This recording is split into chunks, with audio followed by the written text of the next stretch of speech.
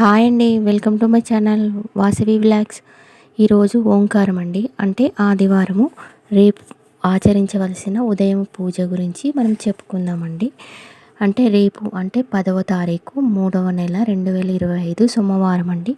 క్రోధినామ సంవత్సర ఉత్తరాయణ హేమంత ఋతువు శుక్లపక్ష సోమవారం ఏకాదశి పుష్యమి నక్షత్రం అండి.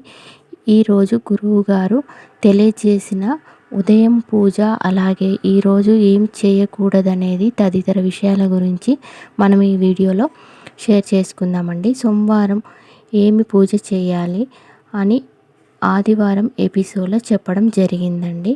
ఈ సోమవారం ఏకాదశి కలిసి వస్తే దగ్ధయోగం అండి. ఈ దగ్ధయోగము వచ్చినప్పుడు ఎలాంటి ముహూర్తాలు అనేవి నిర్ణయించబడవండి. అంటే ఇది శుభముహూర్తాలకు కరెక్ట్గా ఉండదండి. అంటే ఎలాంటి మనము శుభకార్యాలు అనేది ఈ దగ్ధయోగంలో మొదలుపెట్టినా అవి సఫలమవుతాయండి.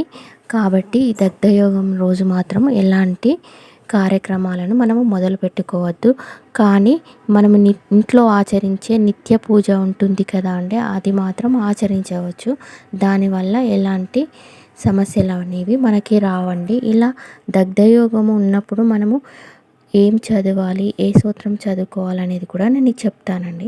ఇలా మనకి దగ్ధయోగము వచ్చినప్పుడు దారిద్ర దహన శివ సూత్రము పారాయణం చేసుకోవడం మంచిదండి. అంటే ఈ సూత్రము దారిద్రాన్ని దహనం చేస్తుంది అని అర్థం అండి. కాబట్టి ఈరోజు దారిద్ర దహన సూత్రము పారాయణం చేసుకోవాలండి. అదేవిధంగా సోమవారం ఉదయము పూజ చక్కగా మనము పొద్దున లేచి తలస్నానం చేసుకొని తులసి కడ్డి, అంటే తులసి మనకి కొమ్మలు ఉంటాయి కదా అండి, ఆ కొమ్మల్ని గంధంతో కలిపి బొట్టులాగా పెట్టుకోవాలండి.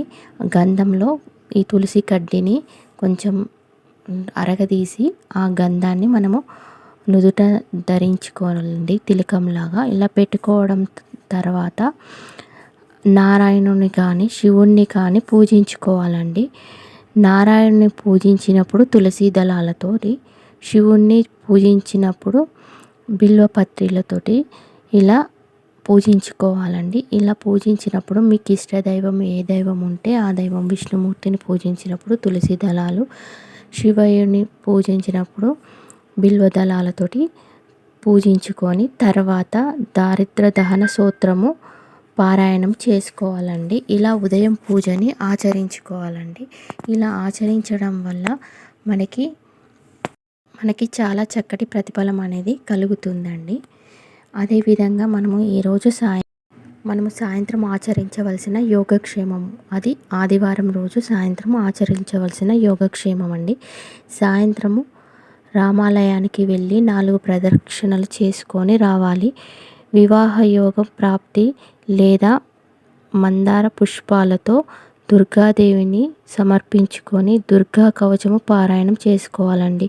అంటే మనము ఈ కుదిరితేనేమో మీరు రామాలయం దగ్గరలో ఉంటే వెళ్ళి 4 ప్రదక్షిణలు వేసుకొని రావాలి. లేదు మేము గుడికి వెళ్ళలేము, మాకు కుదరదు అనుకునేవారు మందార పుష్పాలతోటి దుర్గాదేవికి సమర్పించి దుర్గా కవచ పారాయణం చేసుకోవాలి. ఇలా చేయడం వల్ల శత్రుబాధలు దూరం అవుతాయి.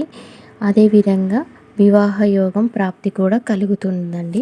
ఈరోజు ఆచరించవలసిన యోగక్షేమం అండి. ఈ 2 యోగక్షేమాలలో ఏదైనా ఒకటి అయినా ఆచరించవచ్చు, కుదిరితే 2 కూడా ఆచరించవచ్చు. ఈరోజు యోగక్షేమము ఇదండి. మీకు వీడియో నచ్చితే మాత్రం లైక్ చేయడం మర్చిపోకండి. కొత్త వారైతే సబ్స్క్రైబ్ చేసుకోండి. మీరు చేసే లైక్ని బట్టి మాకు ఎంకరేజింగ్గా ఉంటుందండి. Thank you for watching.